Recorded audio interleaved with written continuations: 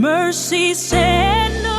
Mercy Christian Schools is a Christian day and boarding nursery and primary school which inspires and empowers students to become responsible, innovative servant leaders and lifelong learners through exceptional Christ-centered educational programs. We offer a biblical worldview integration in all subjects with Bible taught as an extra subject. We have a well-equipped library and computer laboratory. We have a spacious environment for children to play and broaden their minds. Our kids are exposed to vocational activities like sewing. We have school vans available for day scholars and spacious dormitories. We are located in Wakiso Bukasa on Mende Road and our boarding campus on a spacious 12.5-acre facility at Gayaza Nkoe along Santema Road.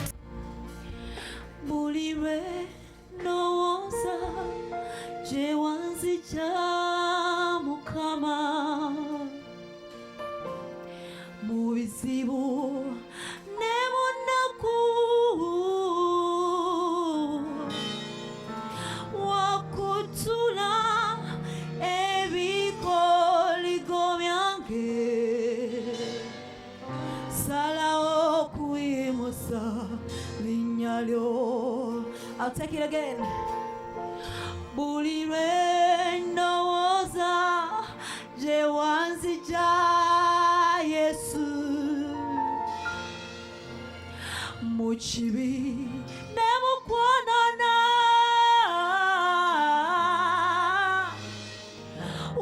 wakutula echikoligo change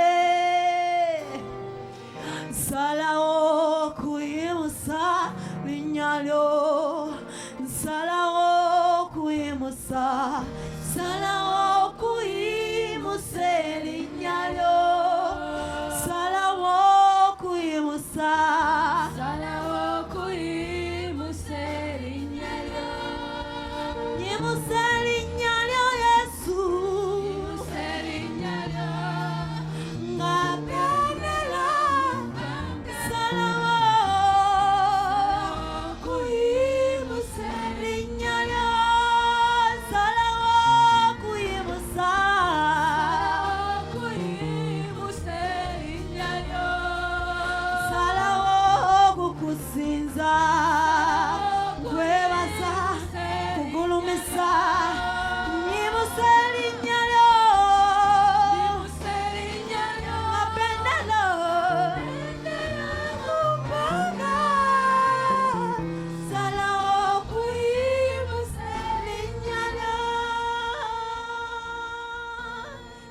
so much for praying with us. Mwebale nnyo okusaba wamu naffe. And if you're looking for a church to make your church, era bw'oba onoonya kanisa yakufuula church yo, so you feel free to join Mercy wulira Church. emirembe okutwegattako. Wilfred is my name and I'm a pastor here at Mercy Amanya Church. gange nze Wilfred era ndi musumbaano ku church. I just want to thank God for the past 3 years. Njagala kwebaza Katonda emyaka 3 We egiyise. have had a pastor's training Tubadde ne program pastors going on. training program ng'egenda mu maaso. And this Friday, Era Friday eno about 42 pastors are going to abasumba be 42 graduating. Friday ya wiiki eno bagenda kuba batikkirwa. Many years ago, Myaka mingi emabega when our church had just started, church yaffe not yali years, around yakatandika about 4 years ago, myaka ng'eno emabega. one of our brother Gabriel came to Mercy Church. Muganda waffe Gabriel yajja ku Mercy Church. He had come from Paris to study this side. Yali avudde Paris ajja asomera eno mu kibuga. He did not know the Lord. Yali tamanyi Mukama. Through Mercy Church, Okuyita mu Mercy Church he gave his life to Christ. n'awaayo obulamu bwe eri Yesu. And when we preached a series on Bwe evangelism, twasomesa ku kubuulira enjiri, he went back to his family in Gabriel the village, yaddayo mu famire ye mu kyalo and he put the word in action. He preached to n'ateeka his ekigambo family ekyo mu nkola n'ababuulira enjiri. and they gave their lives to Christ. Ne bawa obulamu bwabwe eri Kristo. And they were stuck. They didn't have where to pray for. Baali tebalina wa kusabira. So when they told me they needed a place to pray, Bwe baŋŋamba beetaaga ekifo I was ekyokusabiramu, like, is there any nearby tree around? ne mbabuuza waliwo omuti awo kumpi. Yeah, by faith they started praying under tree. Olw'okukkiriza ne batandika osabira mu muti. Now they are not praying under tree. Olwaleero tebakyasabira mu muti. With your support, we have been able to build Olw'obuwagizi Mercy bwammwe Church. tusobodde okuzimba Mercy Church Palisa. You know, they went through a lot, and I want to thank everyone who Bayita has been a part bingi, of njagala it. kwebaza nnyo buli muntu abadde ekitundu kwekyo. They put up a temporary thing, and it failed Ne several tuteekawo times. kyaki awo n'egwa. but right now they have a permanent naye church, olwaleero balina ekizimbe which is a statement in that community that ekyo mu the kitundu church ekyo kiraga is there to stay. nti ekkanisa eyo yakubaawo mirembe na mirembe. And within a very short time, they were able to send out another group era akaseera we kayise baasindika abantu abalala nabo ne bagenda ne basimba ekkanisa endala mu subcounty endala Kasodo sub-county. bayitayo Kasodo. And I'm so thankful kaakati ndi musanyufu nnyo with your prayers and support. olw'essaala zammwe n'okusaba We have now also built Master Church Kasodo. N'obuwagizi It's now bwammwe. on roofing stage. tuzimba Master Church Kasodo eri enaatera okuserekebwa. And they introduced us to another part of Uganda that I had never gone to. Batwanjula eri ekitundu kya Uganda kye nali sigendangamu. Pastor Oroni, Pastor Oroni, I remember when we went to baptize people, nzijukira twagenda okubatiza abantu. because the pastors had not been baptized. Abasumba nabo bennyini I had to baptize the pastors. baali basumba naye nga tebabatizibwanga, nali we nina okubabatiza. baptized close to 200 people. Twabatiza abantu nga 200 And we are baptizing in a tributary of Lake Choga. nga tubabatiriza mu kagga akamu akava ku Lake Kyoga. Now, baptizing, here we baptize in a pool, Eno tubatiza mu puulu. Now, as I was entering that water, We nali ninya amazzi ago I asked some questions. ne neebuuzayo ebibuuzo awo.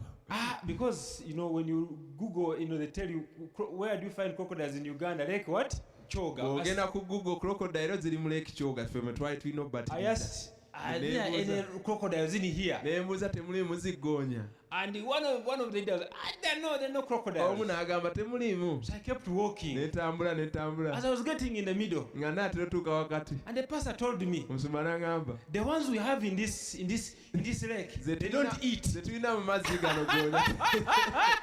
Ezine.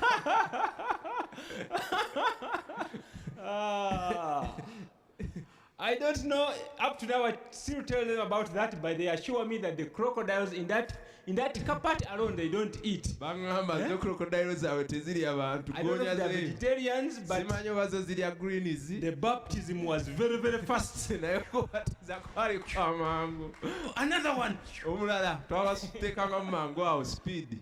But now I am glad that now the pastors are baptized. They can also do the Ndi baptism. musanyufu kuba abasumba kati babatize sirina kuddamu kugenda mu crocodile ezo. Because those non-eating Vegetarian crocodile. vegetarian crocodiles are.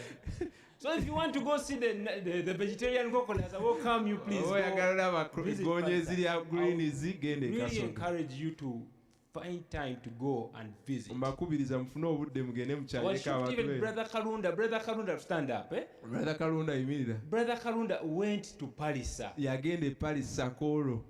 He has ever gone there. I encourage all of us. Please. Mbazaamu amaanyi bannaye tugende e If you Paris. can, please Bw'oba make a osobola, trip to Palisa, Itayoke Paris. and you can use your resources to make a difference there. Osobola okukozesa ssente z'okukola Like enjawulo. here, school fees is a lot, Eno school fees nnyingi nnyo. At Master Christian schools, we pay 850,000. Tusasula emitwalo 85. International is 2.5 million International shillings. 2 kitundu.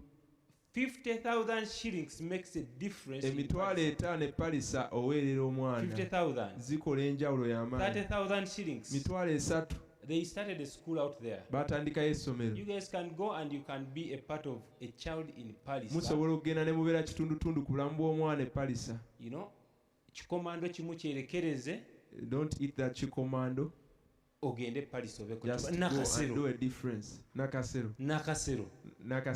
Tukwagala e Paris. We Amina. want you to go to Paris. Amina. So Amen. I want to form a partnership whereby we, like the ladies ministry here, can go and participate in the ladies ministry over there. So Twagala tukole enkolagana nga abantu abaweereza wano mu buweereza bw'abakyala basobola okugenda ne bakola obuweereza bw'abakyala. Workers Fellowship ne department zaffe. begin thinking about how we reach out to people in Paris. Njagala tulowoozeemu engeri gye tusobola otutuukiriramu abantu abali e Paris. Amen. So we have pastors from Paris. Nga tulina abasumba okuva e Paris. Some are from Master Church Abamu and bava from mu Master Church, abalala other bava churches walala. around Paris. Please, would you please stand up and recognize? Muyimirire tubaseemu ekitiibwa. Amen.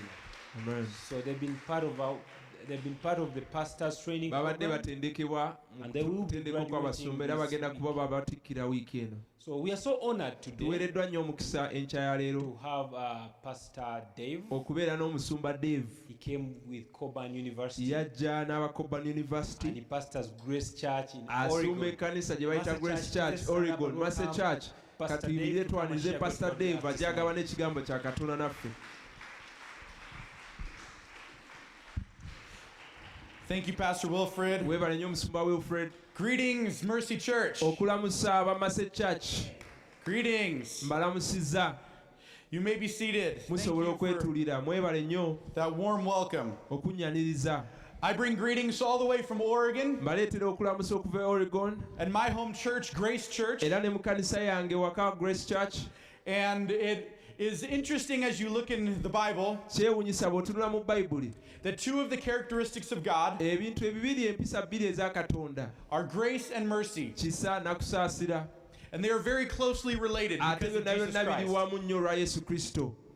And in the same way, era mu ngeri emu because of Jesus Christ, olwa Yesu Kristo Grace Church in Oregon Grace Church Oregon and Mercy Church in ne Kampala Master Church Mende are Kampala related as well. Amen. ziri wamu zirina enkolagana.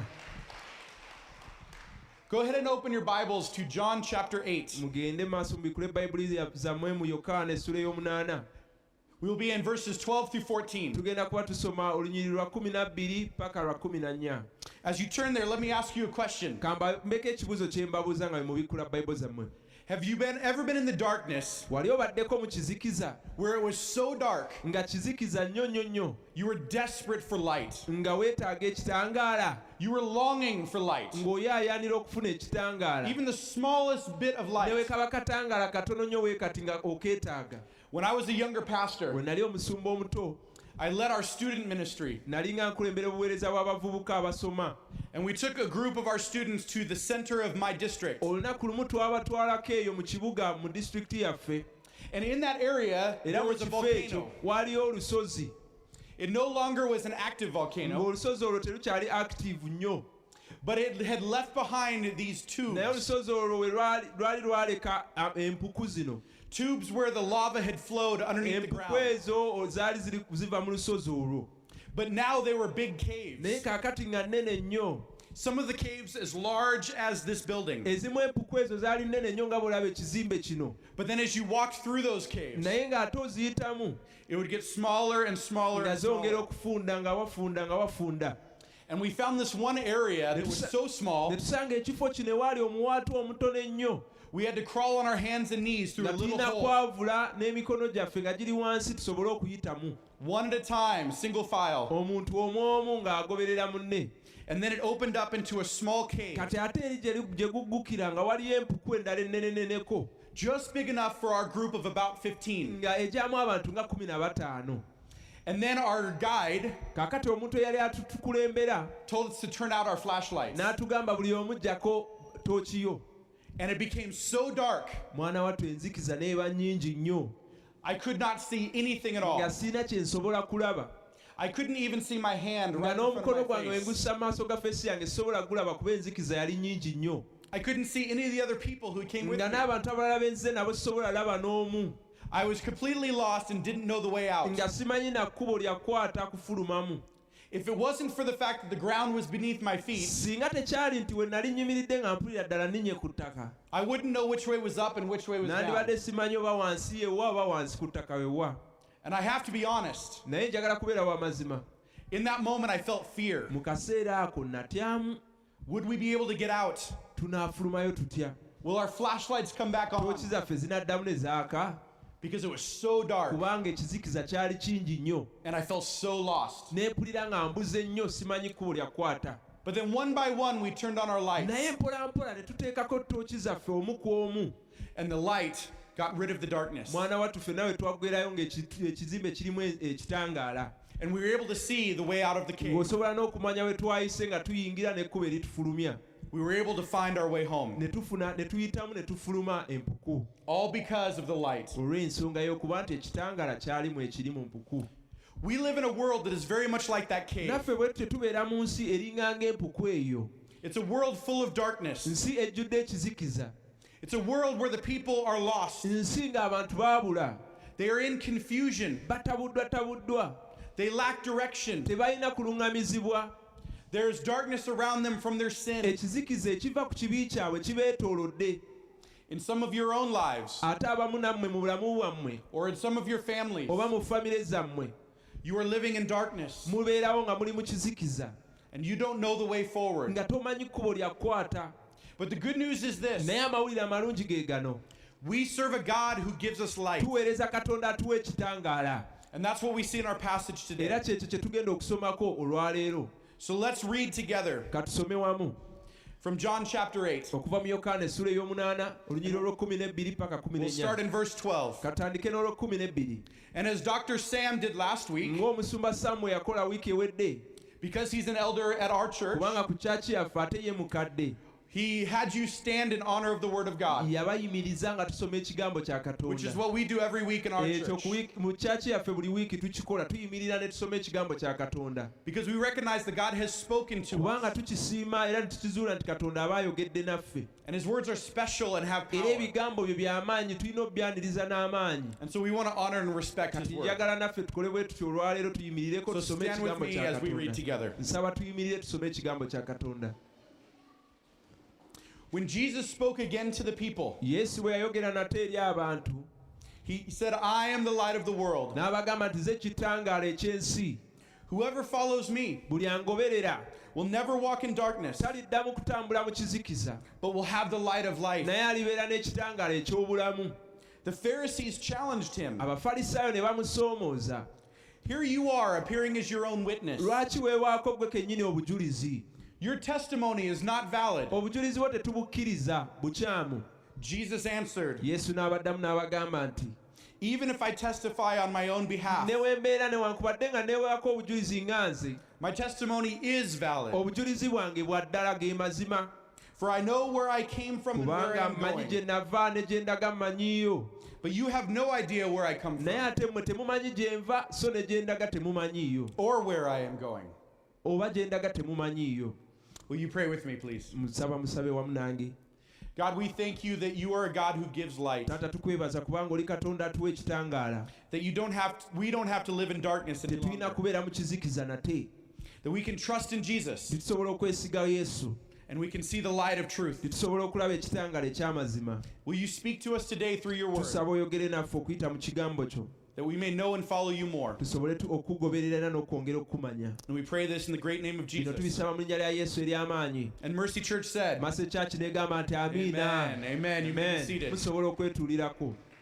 In a world of great darkness, Mu nsi ejjudde ekizikiza ekingi, we have been given the brightest light. tuweereddwa ekitangaala ekikyasinze okwaka.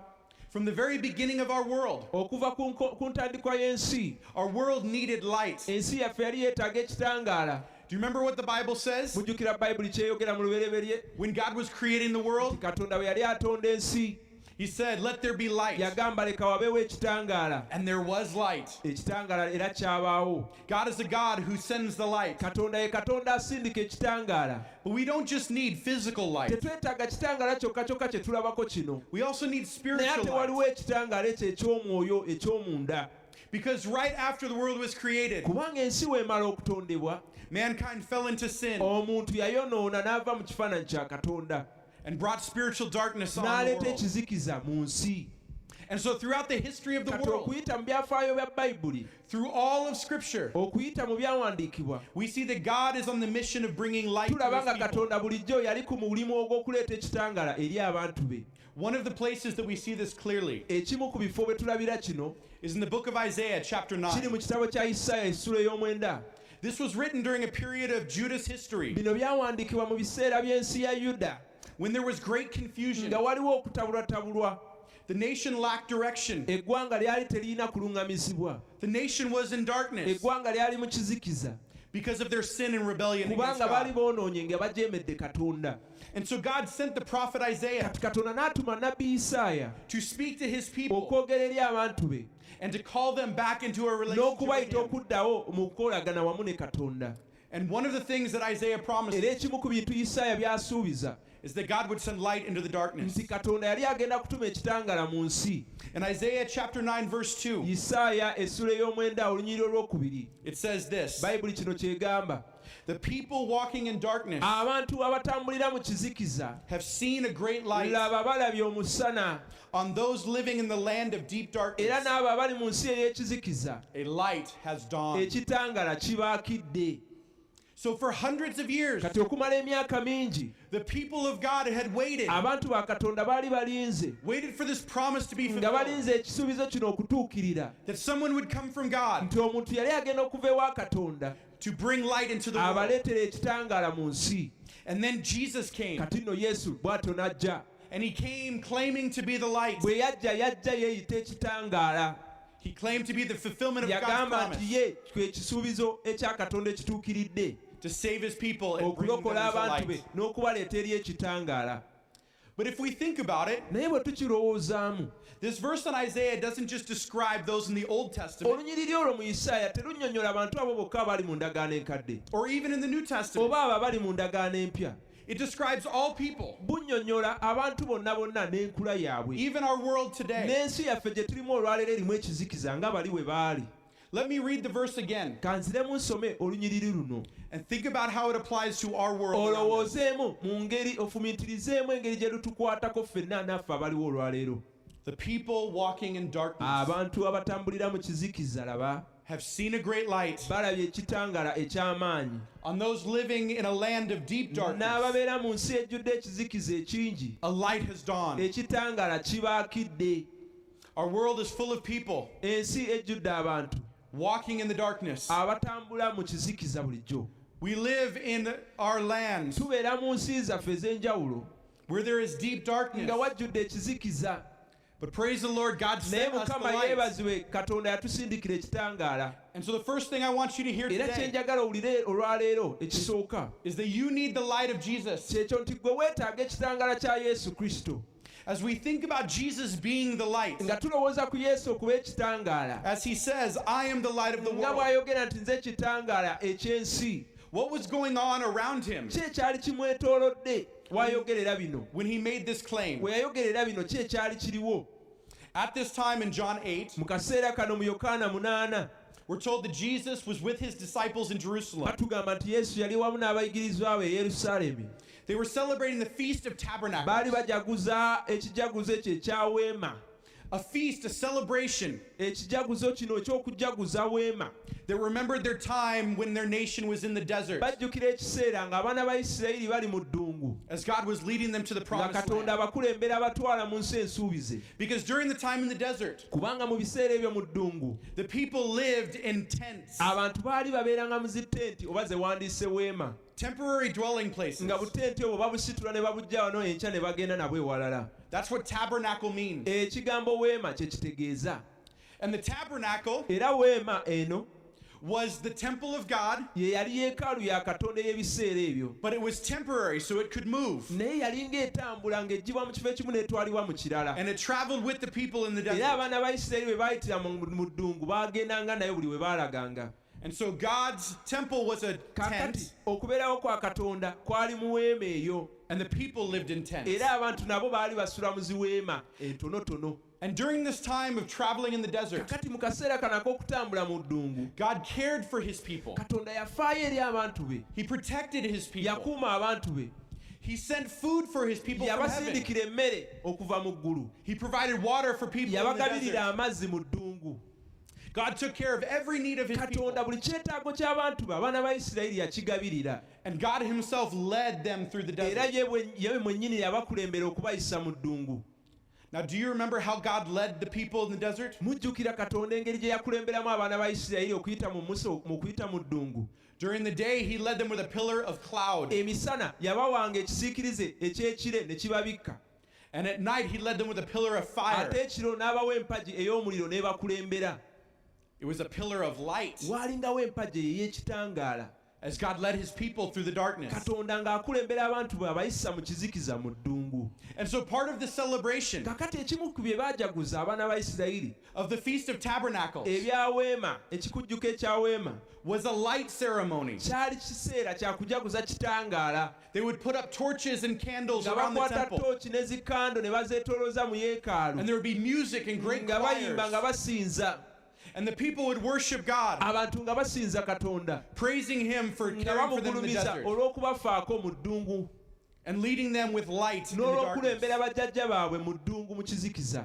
According to the writing of historians, Okusinziira ku byawandiikibwa ab'ebyafaayo, this light ceremony was an incredible experience. ekikujjuko kino ekitangaala kyali kinene nnyo nga kirungi nnyo. People would come all over to the temple in Abantu Jerusalem nga bakuŋŋaana okuva mu bitundu eby'enjawulo ne bajja e Yerusaalemi mu yeekaalu to be able to witness the celebration. okusobola okujaguza ekikujjuko kino eky'ekitangaala. And it just so happens Kati kyabaawo ate nno wano that it was during this light we festival tusomera binene ebyawandiikibwa mu Yokaana nti mu kiseera bwe kiti eky'ekikujjuko ekyo that Jesus turns to the crowds, Yesu waakyukira eri abantu and it says he said again to the people, n'abagamba nate, I am the light of the world. nze ekitangaala eky'ensi. Whoever follows me will never walk in Buli darkness, angoberera talitambula mu kizikiza, but will have the light of naye life. ate anaabeera n'ekitangaala eky'obulamu. You see, Jesus was claiming Yesu yalinga abagamba that just as God had led the people in the nga desert Katonda bwe yali yakulembera abaana ba Isirayiri mu with a pillar of ddungu light, n'ekitangaala, now he was the one to lead his people. nabwe ekito ye yali akulembera abantu be, He is the light ye kitangaala who had come into the world. eyali azze mu nsi okuyita mu Yesu Kristo. Jesus is the light, and those who walk in the light Yesu kye kitangaala, era n'abo abatambulira mu kitangaala never have to experience darkness. tebalina kutambulira na kubeera mu kizikiza n'omulundi n'ogumu. Isn't this what we need? Kino si kye twetaaga. We need light to see the way forward. Twetaaga ekitangaala okusobola okulaba mu maaso gye tulaga. We need Jesus to shine his light Twetaaga Yesu okumulisa okwakisa omusana ogw'ekitangaala ky'emitima gyaffe, into our hearts and lives. mitima gyaffe ne mu bulamu bwaffe. When my oldest daughter Callie, Muwala wange Kali who is about 12 years old right alina now, emyaka nga 12 kati, when she was about 3 or 4 years old, bwe yali alina emyaka 2 oba 3, we took her to visit some friends, twamutwala okubaako mikwano gyaffe be tukyalira and we spent the night in their home. ne tusula ewaabwe.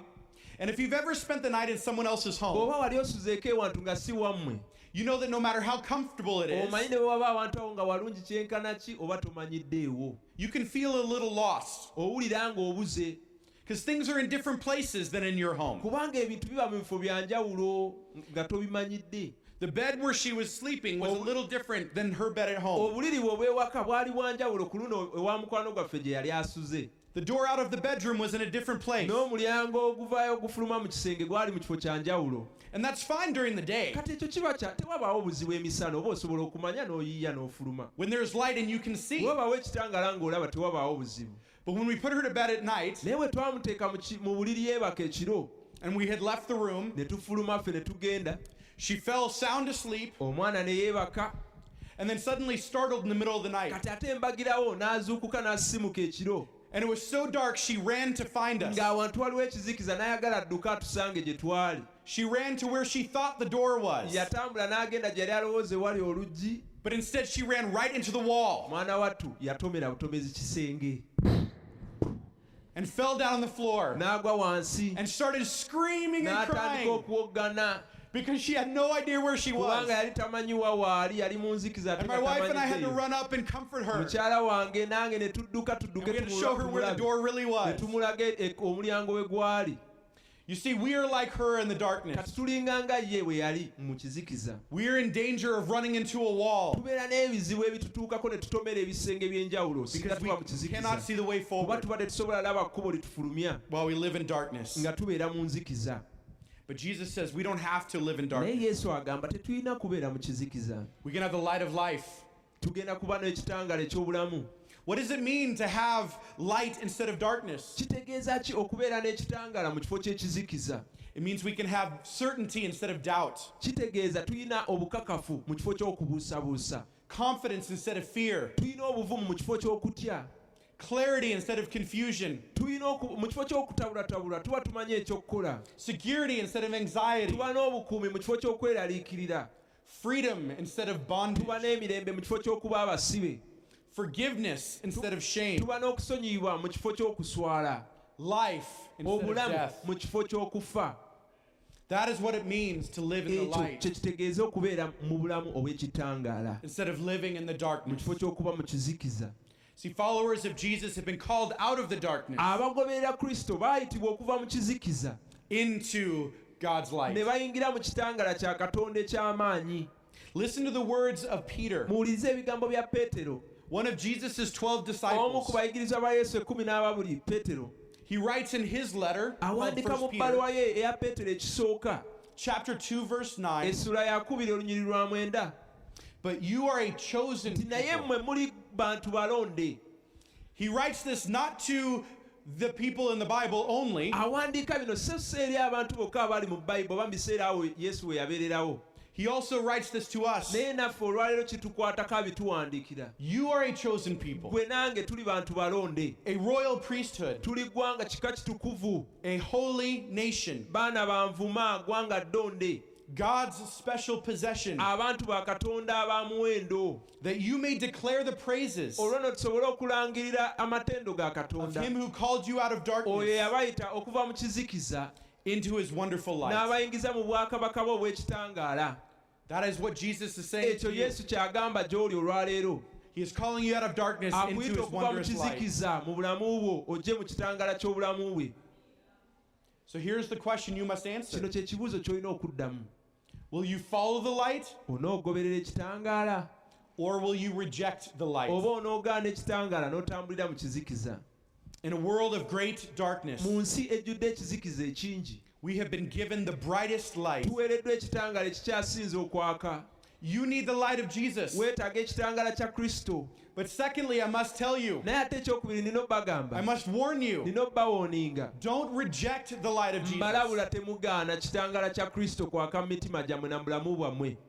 The problem with our world today Ekizibu ky'ensi yaffe olwaleero is that the majority of people kiri nti abantu abasinga who are living in darkness, ababeera mu kizikiza they reject the light. bagaana ekitangaala.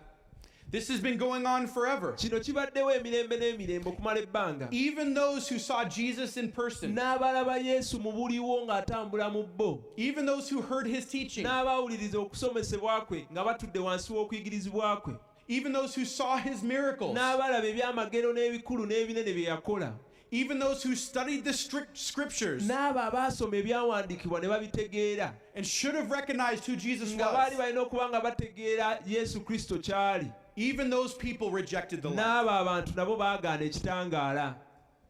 In our passage in verse 13, Mu lunyiriro lwe 13 mu lugero lwaffe lwe tusoma, it says this: Bayibuli egamba bw'eti, the Pharisees challenged him. Abafalisaayo ne bamusoomooza. The Pharisees were those who studied the scriptures. Abafalisaayo baali abantu abamanyi ebyawandiikibwa nga babisoma nga bayivu mu byawandiikibwa, They knew who the Messiah was nga supposed to bamanyi be. Masiya kikyalina okuba era naani bw'ateekeddwa okubeera. They should have been waiting for and watching for the light to Oboolyawo come. bandibadde bamulindirira nga beesunga ekitangaala okujja. And now the light is standing in front of them. Naye kaakano ekitangaala kyali kiyimiridde mu maaso gaabwe, And it says they challenged him. naye ate ne bakiwakanya ne bagaana okukkiriza bye kibagamba. And they say this: Bino bye boogera. here you are appearing as your own witness. Oli wano weewaako obujulizi gwe kennyini. Your testimony is not valid. Obujulizi bwo tetubukkiriza, bya bulimba olimba. Jesus answered, Yesu n'addamu n'abagamba nti, even if I testify on my own behalf, newe neweerako obujulizi nze kennyini, my testimony is valid. obujulizi bwange bwa mazima ddala, For I know where I came from kubanga mmanyi gye nava and where I am ne going. gye ndaga mmanyiyo. But you have no idea Naye ate mmwe temumanyi where I come from or wa where I gye am nva going. oba wa gye ndaga.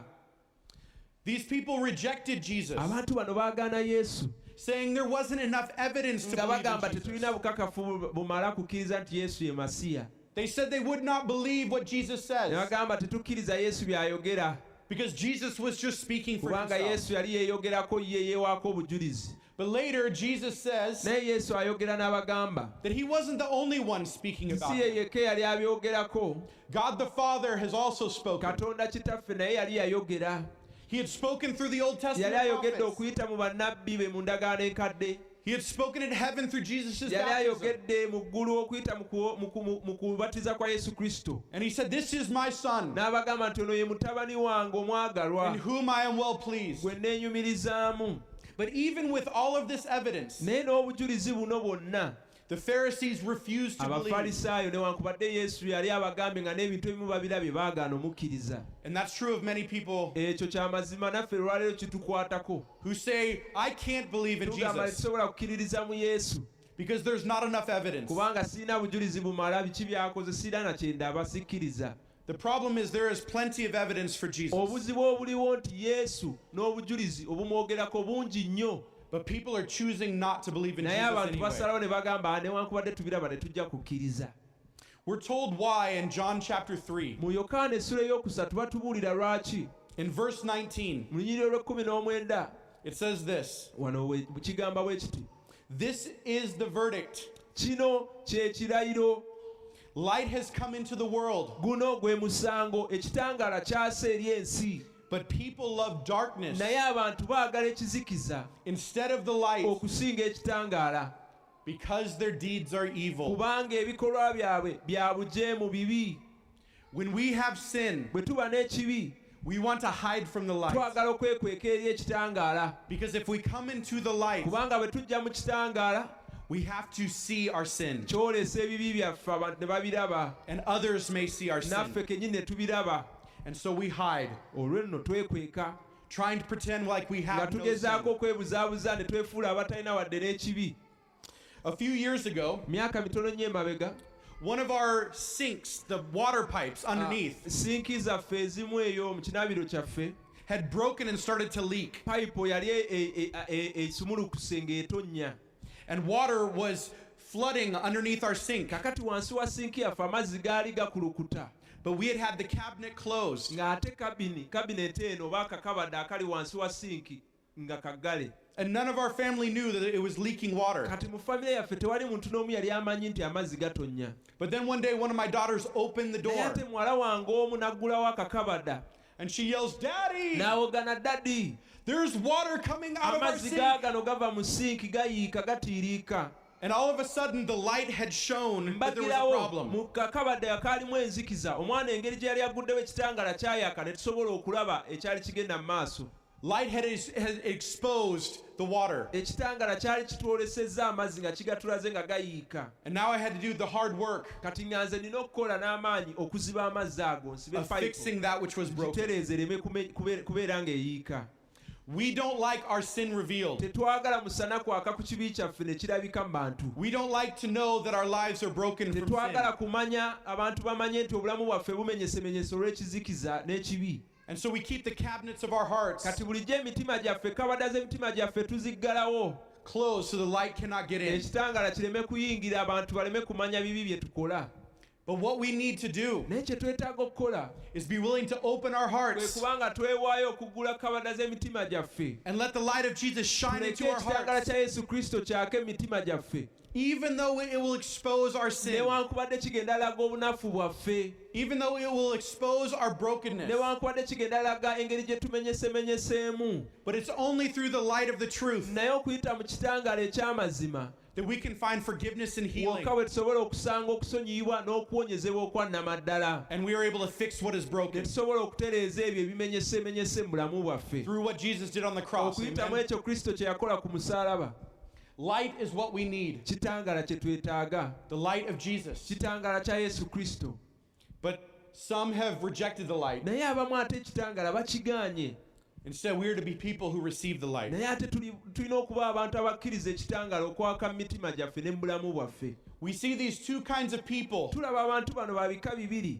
contrasted in John chapter Mu 1. Yokaana essula esooka nga boogerwako. Verse 9 says this: Olunyiriro lw'omwenda wagamba. "The true light that gives light to everyone Ekitangaala ekyannamaddala ekiwa ekitangaala eri buli muntu. was coming into the world. Kyali kijja mu nsi. He was in the world. Yali mu nsi. And though the world was made through him, Newankubadde ensi yakolebwa kuyita mu ye, the world did not recognize ensi him. teyamutegeera. He came to that which was his own, Yajja eri ekyo ekyali ekikye. but his own did not receive Naye him. n'abo abaabe bennyininyini tebaamukkiriza.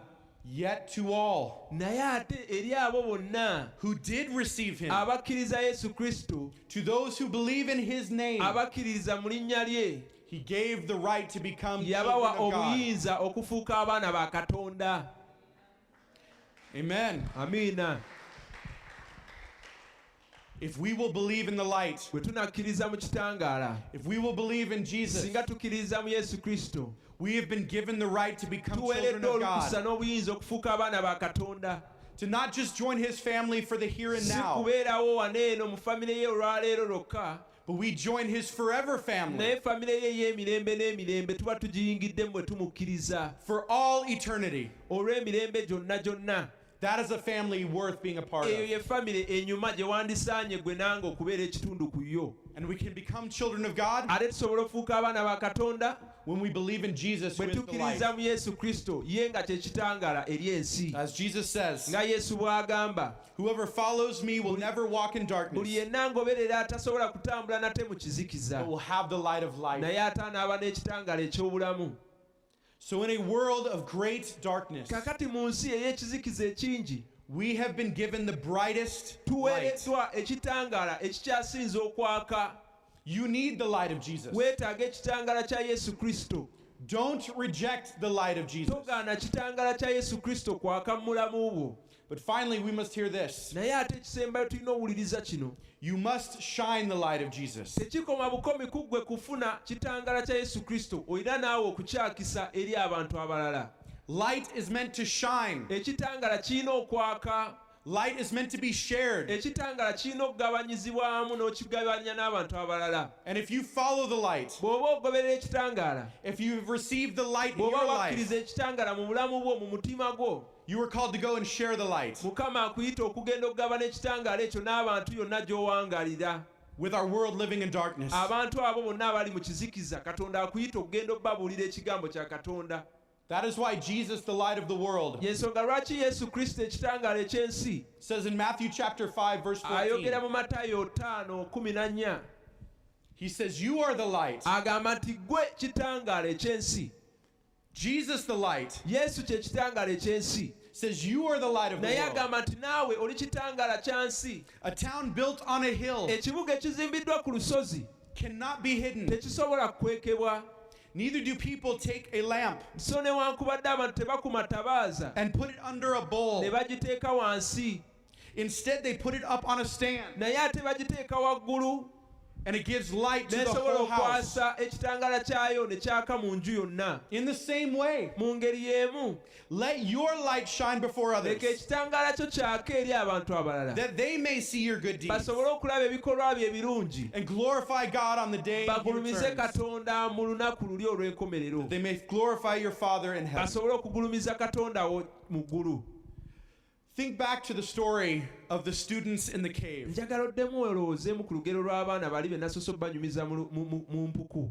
What if only one of us had a flashlight? Oba oliawo singa omu ku ffe alina ekitangaala kye, katooki ke, And instead of sharing the light with all of us, mu kifo ky'okugabana ekitangaala kye n'akaleka ne kaaka, they decided to hide the light and keep it to singa omu ku themselves. bo yasalawo n'akakweka n'akeesigaliza yeeka y'abaalaba gy'alaga, How unloving would that be? kyandibadde kikolwa kya bukyayi n'abaki bwe kityo, How selfish would that be? nga kyandibadde kyakweyagaliza. No, light is meant to be shared. Ekitangaala kyo ky'olina kye wafuna mu Kristo olina okukigabana.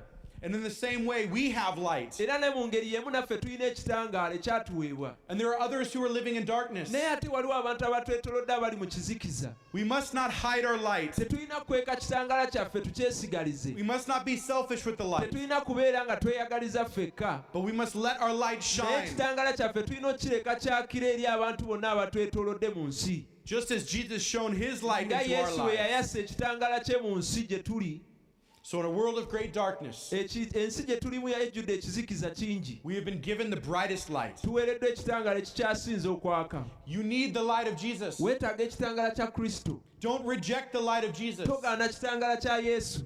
And you are called to share the light of Ate Jesus akuyita era akutuma okugabana ekitangaala kye n'abantu with abalala everyone in our world. abali mu nsi yo gy'owangaalira. So let me ask you, Kambabuuze, are you in need of light? weetaaga ekitangaala?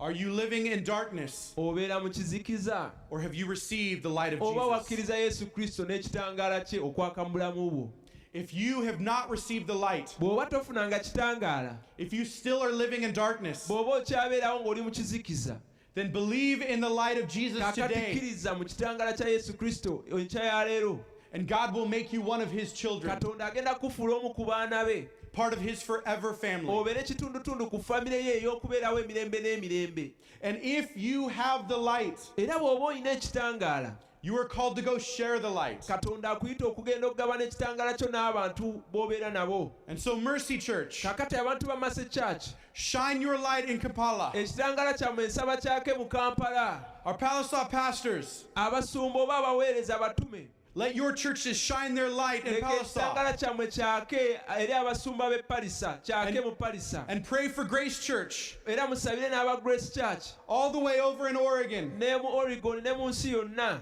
that we would shine our lights bright, ekitangaala kyaffe kibeere nga kyakira ddala ku lwa Kristo so that the light of Jesus is covering the whole world. ekitangaala kya Yesu Kristo kisobole okusaanikira ensi yonna From the United States all okuva the mu way to Amerika Uganda paka mu Uganda and all around the rest of the world. paka Amen. n'okwetoloola mu nsi yonna Will you pray with me? nsaba tusabe wamu God, we thank you and praise you mukama tukwebaza era tutendereza that you have given us light. kubanga otuwadde ekitangaala You have given us direction. otuwadde okuluŋŋamizibwa You have given us forgiveness. otuwadde okusonyiyibwa You have given us salvation otuwadde obulokozi through the light of Jesus Christ. okuyita mu kitangaala kya Yesu Kristo We thank you for for His death on the cross for us, tukwebaza olw'okufa kwa Yesu Kristo ku musaalaba ku lwaffe that we could have our sins forgiven. nti ebibi byaffe byasonyiyibwa And we pray that you would give us strength. era tusaba otuwe amaanyi Many would be saved out of darkness abantu bangi balokolebwa okuva mu kizikiza into the marvelous light of your bayigire kingdom. ekitangaala kyo eky'amaanyi And we pray this in the great name of bino Jesus. tubisaba mu linnya lya Yesu ery'amaanyi And Mercy Church, you say Mercy again? Church negamba Amen. amiina Amen. Hello, my name is Couch Enoch. I go to Mercy Christian Schools International and I love my school. I want to become a chemist in future. I'm sure with Mercy Christian Schools International, I'll become a chemist. Mercy Christian Schools is a Christian day and boarding nursery and primary school. We have a well-equipped library and computer laboratory. We are located in Wakiso Bukasa on Mende Road, and our boarding campus on a spacious 12.5-acre facility at Gayaza Nkoe along Sentema Road. Bless the Lord, oh my soul.